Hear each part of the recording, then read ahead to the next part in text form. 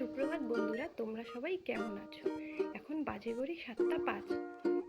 তো ভাবলাম আজকে একটু লেট করেই উঠি, যেহেতু ছেলের স্কুল নেই। কিন্তু ছেলের স্কুল নেই তো কি হয়েছে, মায়ের কি তাই বলে ছুটি কোনোদিনও আছে নাকি?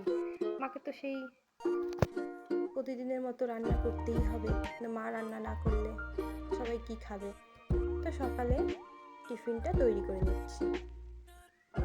তো এখানে ঘুগনি বানিয়ে নিলাম, আর তার সাথে বানাবো লুচি। লুচি বানানোর জন্য এখানে গরম জল বসিয়ে দিয়েছি। তারপরে আটাটাকে এই গরম জল দিয়ে মেখে ময়ন করে নেব। ময়ন করে নিয়ে ছোট ছোট ছোট করে লিচি বানিয়ে নিলাম। লিচি বানিয়ে নিয়ে একটা একটা করে লিচি বেলে ভেজে নিলাম কয়েকটা লুচি। এবার লুচি ভাজা হয়ে গিয়ে আমি তাকে আস্তে আস্তে সবাইকে সার্ভ করে দিলাম। তো সকালের আজকে টিফিন লুচি, ঘুগনি আর শসা।